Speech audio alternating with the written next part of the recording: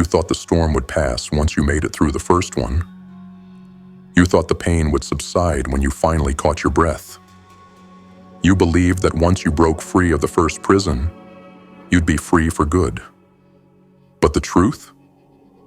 The higher you climb, the more cunning the prison becomes. The walls become invisible. The chains are no longer metal. They're psychological. And the jailer is often disguised as your own reflection. Every new level has new devils. That's not just a saying. It's a warning. And it's a promise. You see, life is not a single battlefield. It's a tower. And each floor is guarded by a more evolved monster than the last. Some of them are people. Some of them are problems. But the most terrifying ones, they live inside of you. The first devil you faced may have been poverty. The next, entitlement. Then perhaps doubt, disguised as logic. Comfort, dressed as peace. Or betrayal, smiling like a friend. And for those who dare to rise, those who dare to keep climbing, you'll discover that each level doesn't just test your skill. It tests your identity. Can you let go of who you were to become who you're called to be? Can you sacrifice comfort to claim clarity? Can you endure being misunderstood, hated, envied, and still walk with honor?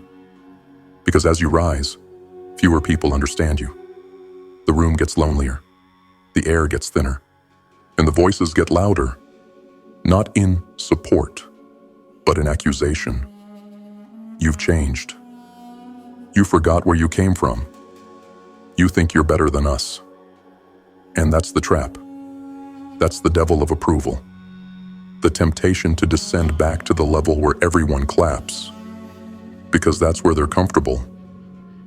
But comfort is the assassin of greatness.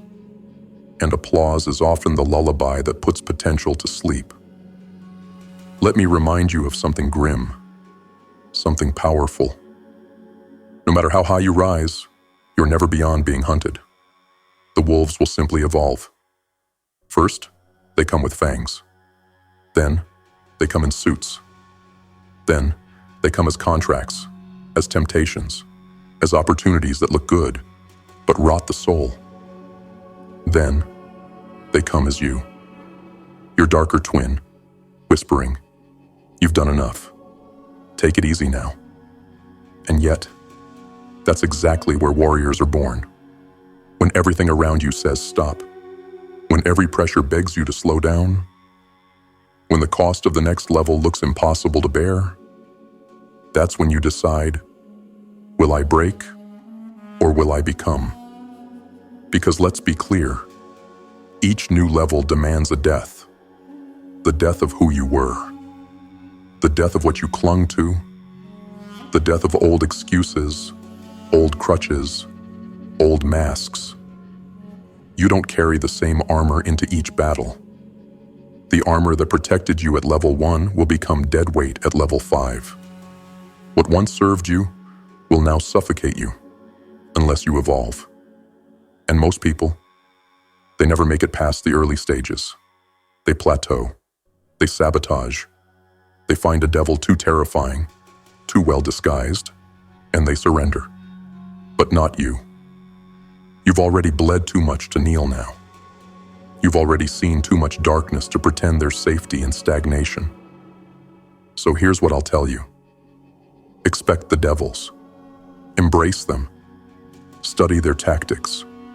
Learn their names. Then outgrow them. Outlast them. Overwhelm them with your consistency.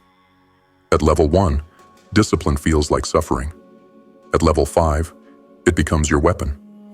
At level 1, you fight to escape hell.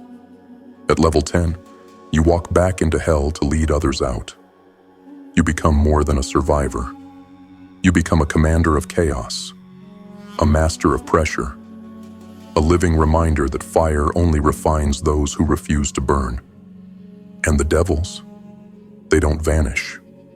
They evolve because you're evolving. They rise to meet the warrior you're becoming. And you rise to conquer them, not with pride, but with clarity. Because now you understand. The presence of new devils is not a sign of failure. It's confirmation of growth. They're not setbacks. They're signposts. They're the gatekeepers to your next incarnation.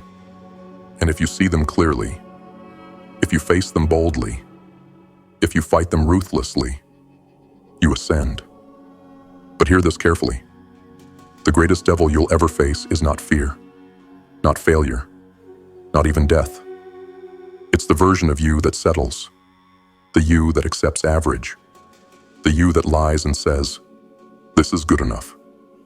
That voice must die.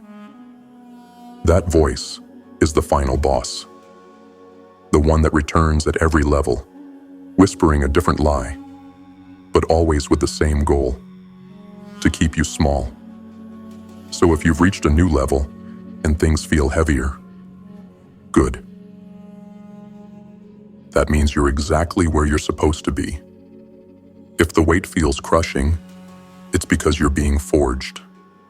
If the pressure feels overwhelming, it's because you're being reshaped.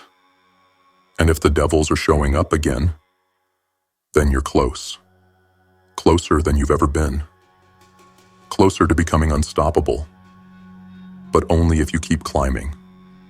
Only if you don't flinch. Only if you face each new devil with the same fire that got you here, but amplified. Because you're not just surviving anymore. You're building an empire. And empires are not built by cowards. They are built by those who have faced every level, every devil, and kept going anyway. Now ask yourself, are you still waiting for peace? Or have you accepted the truth? Peace is not the absence of battle. Peace is the presence of purpose so powerful, no devil can shake it. Stand tall. Armor up. Look the next devil in the eye. And smile. You've been here before, and they still haven't learned. You don't fall. You rise. Because every new level has new devils, and you were built to conquer them all. Lesson 1. Recognize the pattern. With growth comes resistance. The warrior's awakening begins with pattern recognition. You cannot conquer what you fail to understand. You cannot evolve if you misinterpret the signs. And most people do exactly that. They mistake resistance for rejection. They confuse challenge with condemnation. And so they fall. Not because they lacked potential, but because they couldn't read the battlefield. But now it's time to see clearly. Every time you level up in life, mentally, spiritually, financially, emotionally, there will be a counterforce. It's not bad luck. It's not a curse. It's the natural law of pressure, a spiritual, psychological resistance test to see if you're ready for more. Why? Because growth must be earned, and anything earned will be tested. Understanding the pattern. When you try to break free from the comfort zone, what happens? Distractions increase, temptations multiply, your body aches, your friends mock you. Suddenly, people question your ambition. Bills hit harder. Opportunities vanish. This is not random. This is the enemy scrambling. Because the moment you choose growth, you declare war on the old system. You are disrupting the loop that once kept you small. And the loop will fight back. It's not always an obvious attack. Sometimes it's your own thoughts. Self-doubt disguised as logic. Fatigue disguised as rest. Fear disguised as being realistic. The devils show up in the language of reason. But reason without courage is a cage. Examples in real life. You commit to waking up early and dominating your morning. And suddenly you're hit with insomnia. You finally get your finances in order, and your car breaks down. You cut off toxic people, and then loneliness creeps in, whispering that you made a mistake. This is the pattern of resistance. It's the universe asking, are you sure you want this? Because if you do, then prove it. The spiritual truth. Every elevation requires separation. Before you can be trusted with more, you must be tested with less. Before you can wield power, you must walk through powerlessness without losing your vision. The resistance doesn't mean you're failing.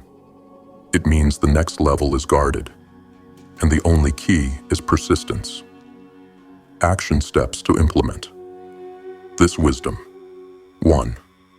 Write your resistance timeline.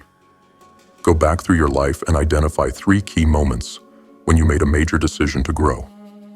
What resistance showed up immediately afterward? What thoughts, people, or events tried to pull you back? 2. Identify today's devil. What's currently showing up in your life that feels like chaos, confusion, or resistance? Get specific. Is it procrastination, financial pressure, doubt, external judgment? Name it. Because what you name, you can fight. 3. Flip the script. Instead of saying, why is this happening to me? Say, what skill is this pressure trying to pull out of me? Instead of, this always happens when I try to change. Say, this resistance is confirmation that I'm finally shifting something deep.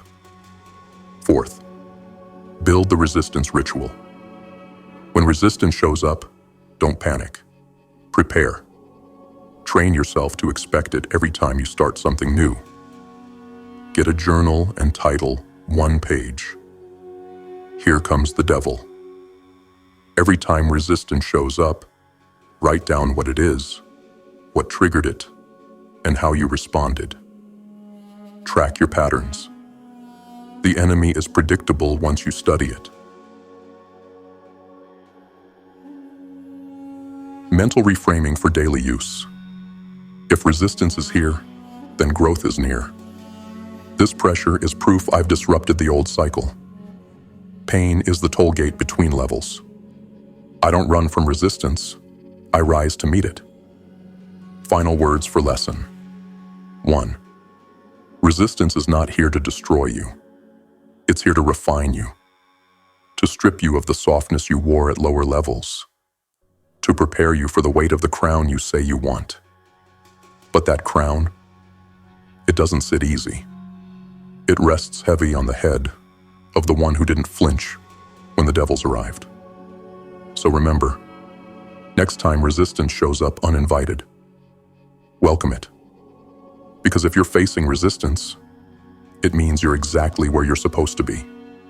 Keep going. The devil is near, which means the door is near.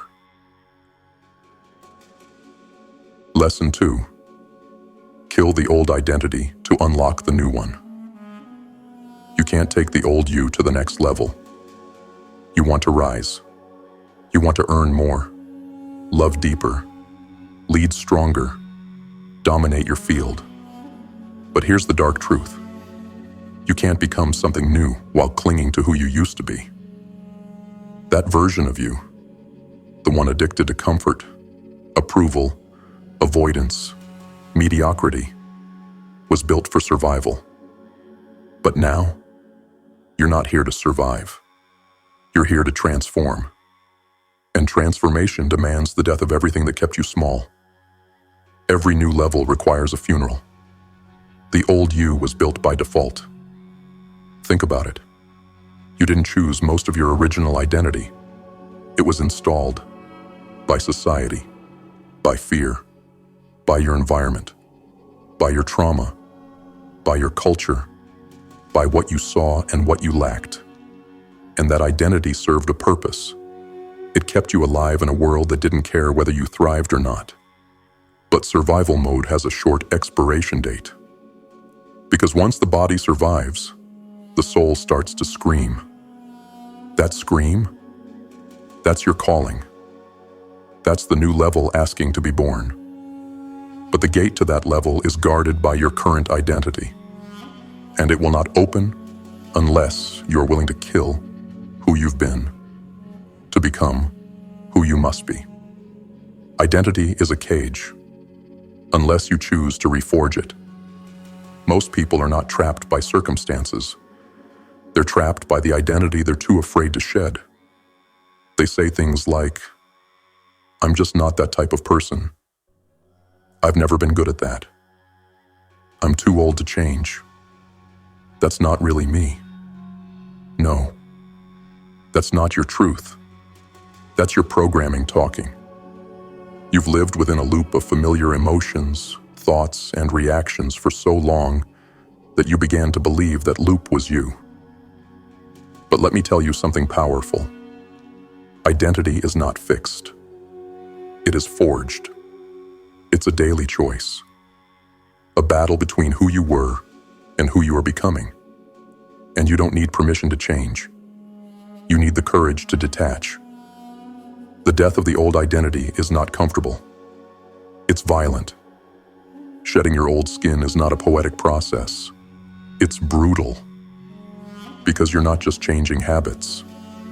You're tearing away attachments to the old you. The part of you that needed validation. The part of you that feared risk. The part of you that worshipped routine and hated being misunderstood. And yes, it will feel like you're betraying parts of yourself. You are. Because those parts were never you. They were survival mechanisms wearing your face. You owe them thanks, but you owe them no loyalty. Burn the masks. Bury the crutches. Kill the version of you that was built by fear, so the version of you built by fire can finally rise. Action steps to step into the new identity. 1. The funeral list. Write a brutal, honest list of all the traits, beliefs, and patterns that belong to the old version of you. Ask yourself, what am I doing that no longer serves my highest vision? What beliefs am I holding that are keeping me small? What habits are pulling me backward? Don't sugarcoat it. Don't justify anything. Write it like a eulogy. Here lies the part of me that. Then destroy the paper. Burn it. Bury it. Tear it up. Ritualize the death. 2. The manifesto of the new self. Write a declaration, bold and unflinching, of the identity you are now stepping into. Not who you hope to be, who you are, starting now. Examples. I am a disciplined machine. I do not negotiate with weakness. I speak with power and move with precision. I am feared by my past and unstoppable in my path. I rise daily to dominate, not just to survive. Read this every single morning. Make it your battle cry. 3. Act as if. The mind follows behavior. So act as if you already are that new version. Dress the part. Walk like it. Speak like it. Schedule your day like it. Make decisions through that lens. This is not faking it. This is forging it. You are laying down neurological and behavioral tracks that the real you will soon embody by default. Daily reprogramming tools. Mirror ritual. Look yourself in the eye every morning and speak as your new identity. Say, the old me is dead. You are looking at a killer, a creator. A storm audit your environment. Cut off any influence that reinforces the old version of you. This includes people, habits, and even your own social media feeds. Embrace the void. There will be a time where the old you is gone, but the new you isn't fully formed. That's the void. That's sacred territory. Stay in it. Build in it. Don't run back. Final words for lesson 2. You can read every book, watch every video, listen to every podcast, but nothing will change until you are willing to commit identity murder. Not once, not twice, but again and again. Each time you rise, a new version must die. There is no crown without blood. There is no power without detachment. There is no new level until the old you is left behind. So kill the weakness. Kill the fear. Kill the hesitation. Kill the story that you were ever meant to stay small. And when the old you screams to be remembered, smile. That voice is proof that the new you is already alive. Lesson 3. Expect the devils. Study their tactics. Anticipate the attack. Every level has its guardian, and if you want the reward, you must be willing to go to war. There is no such thing as uncontested growth. You don't ascend quietly. You don't rise without retaliation. Every time you level up, the system that benefited from your stagnation activates its defense mechanisms. Your environment fights back. Your thoughts rebel. Your relationships strain. Your body aches. And the world seems to push against you. Why? Because growth is not passive. It's disruptive. It shakes the foundation of the current reality. And every force that was built to contain you suddenly views you as a threat. The devils were dormant as long as you obeyed. But the moment you step out of line, the moment you break the loop, they awaken. Who or what are the devils? They're not red-horned creatures hiding in the shadows. They're more intelligent than that. They've adapted. They've learned how to blend in. They wear the faces of your friends. They hide behind your daily habits. They speak in your own voice. There are external devils and internal ones. External devils. Toxic relationships that pull you back when you try to rise. Environments that drain your energy. Opportunities that look good but dilute your focus. People who love the version of you that doesn't grow. Unexpected chaos. Illnesses, bills, betrayal, breakdowns. These are the enemies at the gates. They fight to maintain the status quo around you. Internal devils. The inner critic. Doubt disguised as logic. The craving for comfort, for approval, for escape. Imposter syndrome. Old emotional wounds still controlling your decisions. These are the enemies behind the walls. They fight to maintain the status quo within you. And if you're not prepared, both armies will destroy your momentum before you even realize you're under attack. The game of war requires preparation, not panic. Most people fail when they meet resistance, not because they're weak, but because they're surprised. They expect the path to be clear. They expect applause. They expect ease. And when reality doesn't match the fantasy, they fold. But the warrior? The warrior expects the ambush. The warrior anticipates betrayal. The warrior studies the patterns of the devils. So when they strike, he's already moving 3 steps ahead. The psychology of attack. How the devils operate. The devil doesn't always shout. He whispers, "You've done enough today. No one's watching anyway. Why push harder? You're already doing better than most.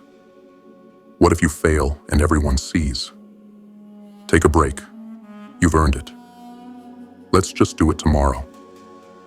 Understand this. The devil's goal is not to destroy you immediately. It's to slowly seduce you into mediocrity. It wants you to negotiate with your potential, because it knows if it can get you to delay, you'll never arrive. Action steps. Build your tactical advantage 1. Journal your patterns of attack. Study your personal resistance cycles. Ask yourself, what tends to happen right after I commit to something new? What distractions appear? What emotions rise up? What excuses keep resurfacing? Patterns reveal the presence of a devil. Once you identify the pattern, write it out in a battlefield journal.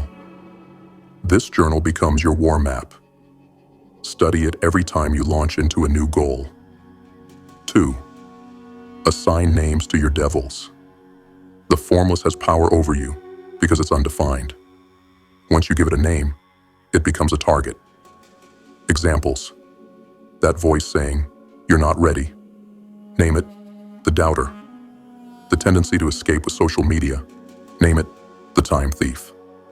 That sudden fatigue at 5 p.m. when it's time to work. Name it, the shadow of comfort. Now when they show up, you won't be caught off guard. You'll say, "Ah, there you are. I was expecting you." 3. Build a counterattack plan. Every devil has a weakness. Your job is to find it. If procrastination shows up, set non-negotiable time blocks and a reward-punishment system. If self-doubt rises, keep a file of your wins and revisit them daily. If fear of failure creeps in, visualize the worst-case scenario. Make peace with it, then act anyway. If chaos erupts around you, anchor yourself in your routines. That's your fortress. Your devils are persistent, but not invincible. They thrive on your unawareness. When you see them clearly, they lose power. Daily weapons of anticipation. Morning recon. Every morning ask, what devils are most likely to show up today? Then plan your counterattack. Evening debrief. Each night ask, which devils won today? Which ones did I defeat? What did I learn? Battle visualization.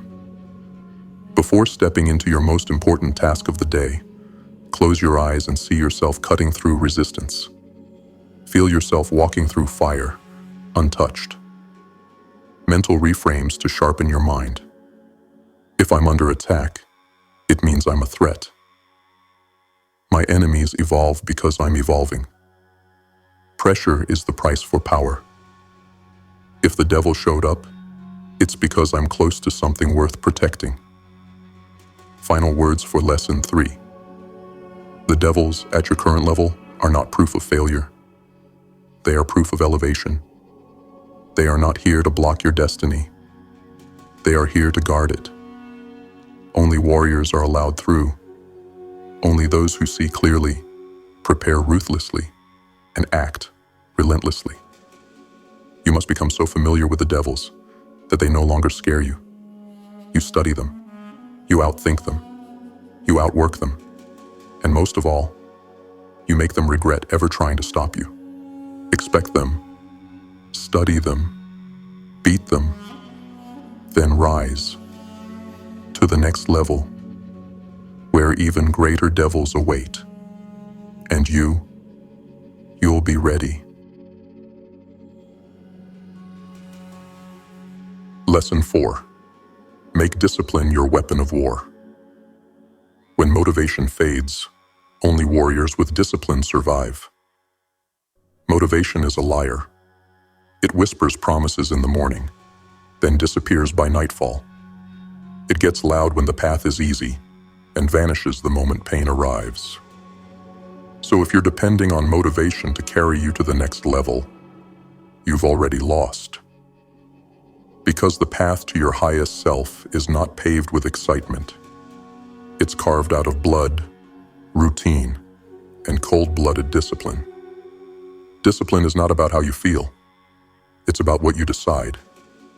And once that decision is made, once the oath is taken, discipline becomes more than a habit. It becomes a weapon. One so sharp that resistance breaks on contact. One so cold that emotion cannot blunt its edge. One so consistent that the devils learn to fear you. The difference between discipline and motivation. Motivation is emotional, fleeting, external. Discipline is forged, ruthless, internal. Motivation needs a reason. Discipline is the reason. Motivation feels good. Discipline becomes good when you realize it's the only way out of weakness. When your mind screams to quit. When your body aches for comfort. When your friends are laughing, sleeping, partying, wasting. Discipline is the only voice that tells you to keep moving. And when you obey that voice long enough, you stop being a slave to your feelings and become the master of your fate. The role of discipline in ascension. Discipline isn't just for beginners. It's the currency of every new level. You don't graduate from discipline when you rise. You become more enslaved to it. Because the higher you go, the more is demanded of you. More clarity, more structure, more control. If you want to build an empire, discipline is the bricklayer. If you want to be free, discipline is the price. If you want to be powerful, respected, elite, then you must become militant with your time, your actions, your mind. No exception, no compromise, no emotion. Discipline turns the mundane into power. The most dangerous warrior isn't the one who charges into battle screaming. It's the one who sharpened his blade for years without applause. It's the one who trained every day while no one was watching. It's the one who doesn't need to feel like doing it. He just does it anyway. Discipline builds power through the mundane. Waking up early, tracking your time, saying no to distractions, honoring your routine, making decisions based on your goals, not your mood. Small things done consistently create unshakable power. It's not the big wins that elevate you. It's the relentless daily obedience to your higher standard. Action steps. Forge discipline. Like a weapon 1. Create your non-negotiables. These are daily habits and behaviors that are absolute, no matter how you feel. Examples. Wake up at 5 a.m. 1 hour of deep work before checking your phone. Daily physical training. Journal your strategy every night. Drink a gallon of water. 30 minutes of learning. 0 time wasted on emotional reactivity. Make a short list, 3 to 7, and post it where you see it daily. Your life will rise or fall based on your ability to honor these without fail. Second track. Without emotion. Every night ask, did I honor my code today? Where did I flinch? Where did I choose weakness over discipline? Don't beat yourself up. Don't celebrate half effort. Just track it with military clarity. Discipline is a system, not a feeling. Your ability to track behavior without emotional distortion is what makes it sustainable. 3. Embrace the boredom. Here's the dark secret. Discipline is boring. Success is boring. But boredom is the gateway to transformation. Anyone can be exceptional when it's new, exciting, or urgent. Only killers can be exceptional when it's dull and repetitive. Train yourself to thrive in monotony. When others quit, you stabilize. When others chase new highs, you deepen your roots. Because the deeper the root, the greater the storm you can withstand. Mental reframes to cement discipline. My feelings are irrelevant. My oath is everything. The routine is the ritual. The ritual is sacred. Every rep, every page, every step is carving the weapon I will wield tomorrow. Emotion is wind. Discipline is stone. Daily discipline rituals. The war table. Every morning, stand before your schedule like a general before battle. Plan your day with surgical intent. Mark your attacks, deep work, your defenses, boundaries, and your logistics, fuel, rest, training. Then, march. The kill switch. Designate one behavior, platform, or habit that is your biggest enemy. Scrolling, late-night TV, mindless eating. Cut it out entirely for 30 days. You're not managing weakness. You're assassinating it. The do it anyway rule. If you don't feel like doing something that you committed to, do it twice as hard. Turn resistance into a trigger for dominance. Final words for lesson. 4. Discipline is not a punishment. It is the path to freedom. It's what separates kings from cowards, champions from victims, legacy from obscurity. The world does not reward talent. It rewards those who show up when it's cold, when it's dark, when it's hard, when every fiber of their being wants to quit, and they still execute. You're not meant to be average. You're meant to ascend.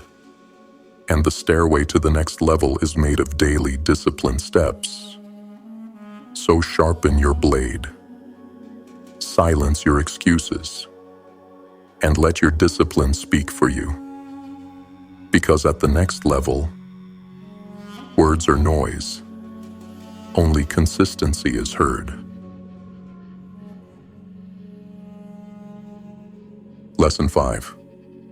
Destroy the voice of good enough. The most dangerous prison is the one with comfortable walls. You were not put on this earth to be decent. You weren't born to blend in, play nice, or check the boxes of mediocrity. You were meant to rise, to conquer, to dominate. But there is one voice, one cunning, manipulative, seductive voice that stands between you and everything you could become. It doesn't scream. It doesn't threaten. It reasons. It whispers the most seductive lie in human history. You've done enough. That voice is your downfall in disguise. It sounds like peace, but it's war. It sounds like safety, but it's sabotage. Because that voice is not there to protect you. It's there to contain you, to cap your potential, to slowly kill your hunger. It is the voice of average, and it's the devil that visits the ambitious more than any other. Why the good enough voice is so dangerous. It doesn't show up when you're struggling. It doesn't tempt you at rock bottom. It waits until you start to rise, until you finally start to win, until your head lifts above the crowd. That's when it slides in. You worked hard today. You're further than most. You deserve to relax. You shouldn't be so hard on yourself. You've earned it. Make no mistake. This voice isn't a cheerleader. It's a con artist. It's not interested in your healing. It wants your complacency. It doesn't want your freedom. It wants your obedience. Because if it can get you to slow down, to coast, to celebrate too early, then it never has to kill you outright. It just gets you to drift. And eventually, drift becomes decline, and decline becomes death. Death of potential, purpose, and legacy. How the voice evolves at each level. At level 1, it tells you to give up. At level 2, it tells you to take a break. At level 3, it tells you you've arrived.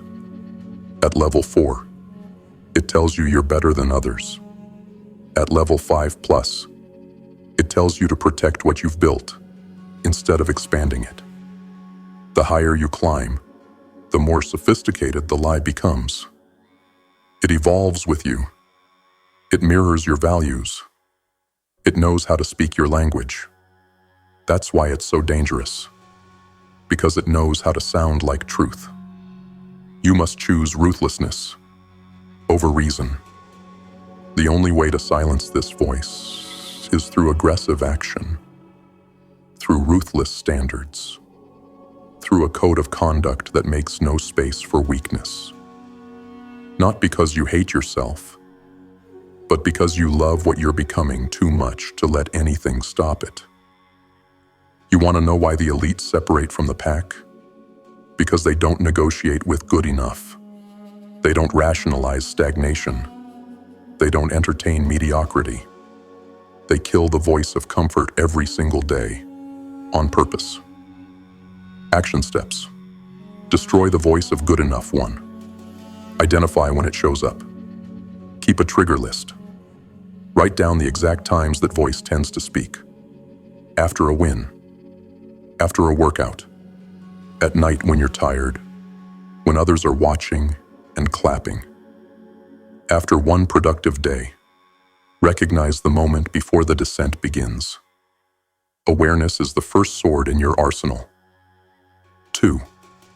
Audit your life for almosts. Where are you showing up at 80% and calling it done? Where are you stopping just short of breakthrough? Write down 5 areas of your life where you say, I'm doing okay. But deep down, you know you're coasting. Then commit to pushing to 100% effort in one of them for 30 days straight. 3. Design a new standard. If your current baseline is 70%, raise the floor. Examples.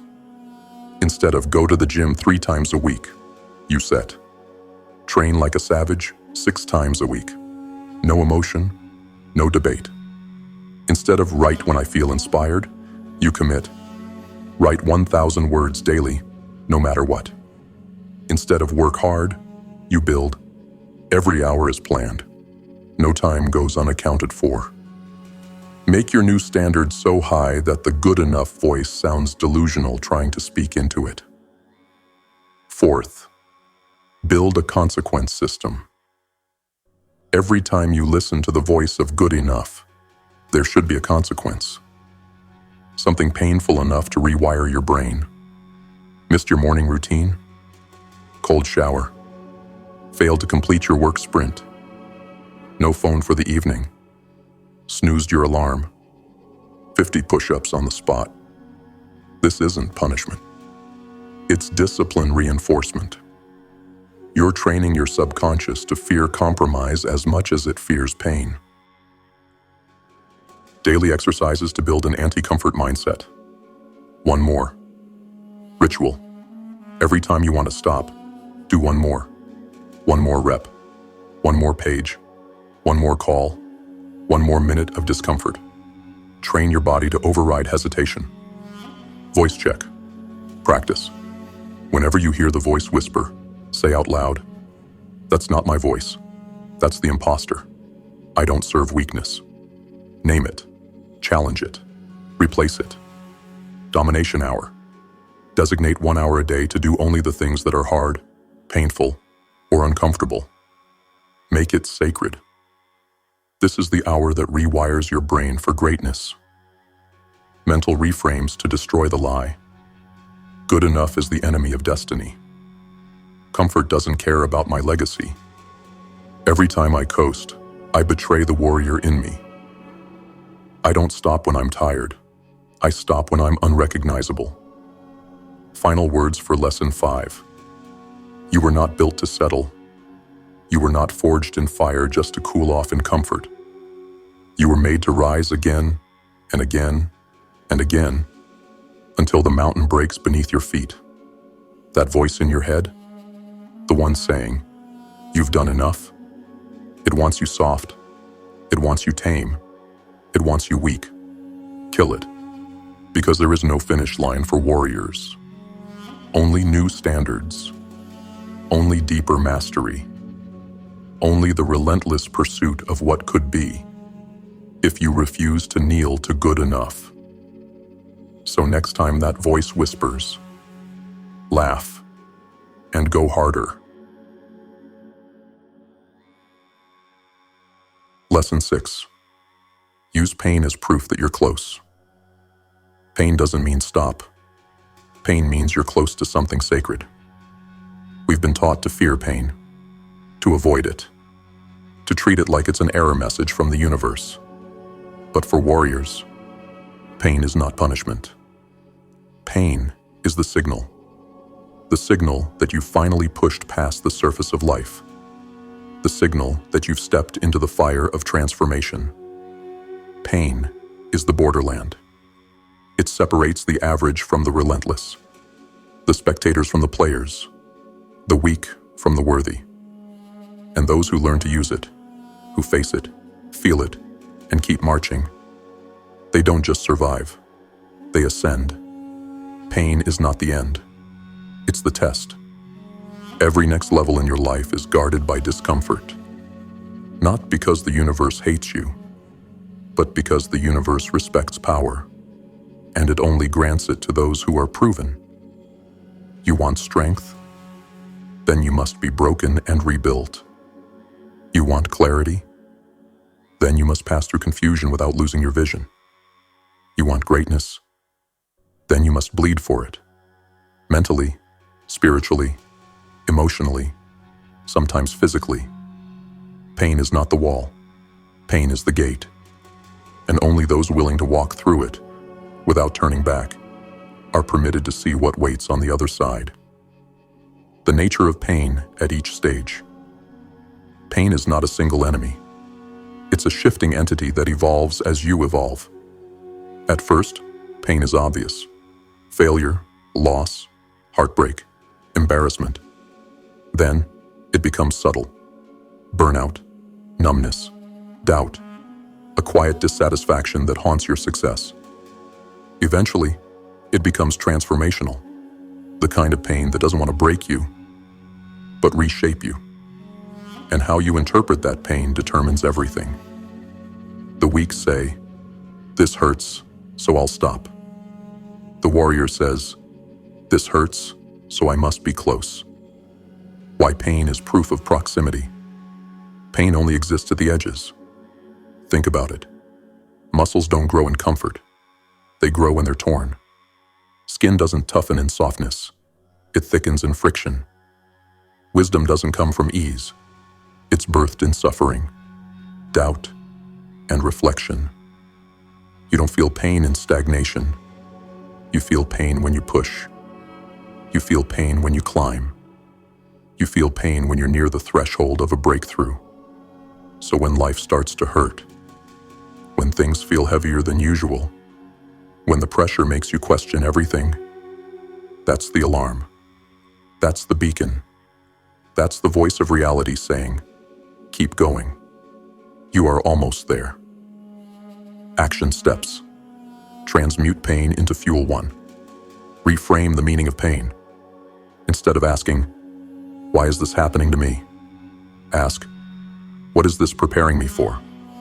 Instead of saying, "I can't take this anymore," say, "This pain is a sign that I've entered the upgrade process." Change your vocabulary, and your biology will follow. Your nervous system responds to meaning. Assign the right meaning, and your pain becomes power. 2. Journal the purpose of your pain. Create a pain ledger. Each time something painful happens, physically, emotionally, financially, relationally, write, "What exactly happened? What is this teaching me? How will I be stronger once I conquer this?" Over time, you'll see a pattern. Your greatest pain always precedes your greatest growth. 3. Build your pain ritual. Choose one area of your life, mental, physical, or emotional, and intentionally do something that creates controlled discomfort every day. Examples: cold showers, intense workouts, emotional journaling, having the hard conversation, doing the one thing you've been avoiding. This isn't about suffering. It's about training your mind to move toward pain, not away from it. When pain becomes normal, fear loses its grip. 4. Anchor your why. During pain. When you're in pain, your mind will search for reasons to quit. Preload your counterattack. Create a pain card, a small note or voice memo you revisit during breakdown moments. Example: "This pain is the process. I didn't come this far to fold here. I will carry this weight until it becomes part of me, because what I'm building is worth bleeding for." Anchor your reason. Otherwise, pain will invent one for you, and that reason will always be retreat. Mental reframes to use. During pain. This isn't breaking me. It's building me. If it hurts, that means I found the edge, and now I expand it.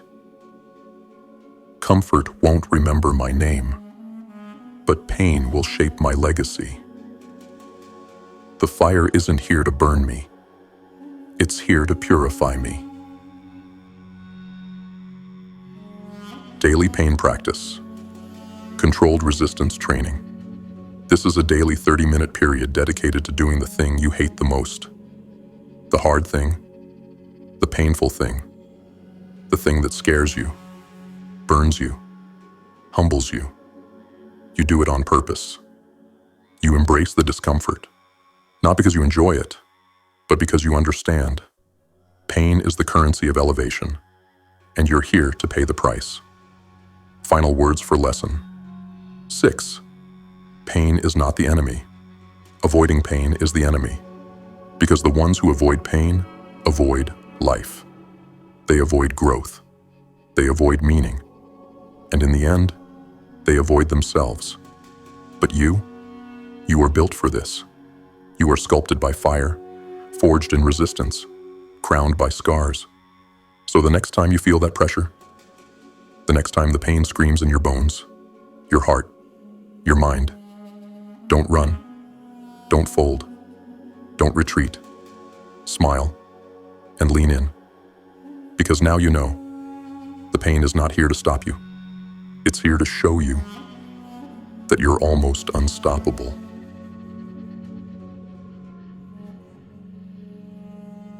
Lesson 6. Use pain as proof that you're close. Pain doesn't mean stop. Pain means you're close to something sacred. We've been taught to fear pain, to avoid it, to treat it like it's an error message from the universe. But for warriors, pain is not punishment. Pain is the signal that you've finally pushed past the surface of life, the signal that you've stepped into the fire of transformation. Pain is the borderland. It separates the average from the relentless, the spectators from the players, the weak from the worthy. And those who learn to use it, who face it, feel it, and keep marching, they don't just survive, they ascend. Pain is not the end. It's the test. Every next level in your life is guarded by discomfort. Not because the universe hates you, but because the universe respects power, and it only grants it to those who are proven. You want strength? Then you must be broken and rebuilt. You want clarity? Then you must pass through confusion without losing your vision. You want greatness? Then you must bleed for it. Mentally, spiritually, emotionally, sometimes physically. Pain is not the wall. Pain is the gate. And only those willing to walk through it, without turning back, are permitted to see what waits on the other side. The nature of pain at each stage. Pain is not a single enemy. It's a shifting entity that evolves as you evolve. At first, pain is obvious. Failure, loss, heartbreak, embarrassment. Then, it becomes subtle. Burnout, numbness, doubt, a quiet dissatisfaction that haunts your success. Eventually, it becomes transformational, the kind of pain that doesn't want to break you, but reshape you. And how you interpret that pain determines everything. The weak say, "This hurts, so I'll stop." The warrior says, "This hurts, so I must be close." Why pain is proof of proximity. Pain only exists at the edges. Think about it. Muscles don't grow in comfort. They grow when they're torn. Skin doesn't toughen in softness. It thickens in friction. Wisdom doesn't come from ease. It's birthed in suffering, doubt, and reflection. You don't feel pain in stagnation. You feel pain when you push. You feel pain when you climb. You feel pain when you're near the threshold of a breakthrough. So when life starts to hurt, when things feel heavier than usual, when the pressure makes you question everything, that's the alarm. That's the beacon.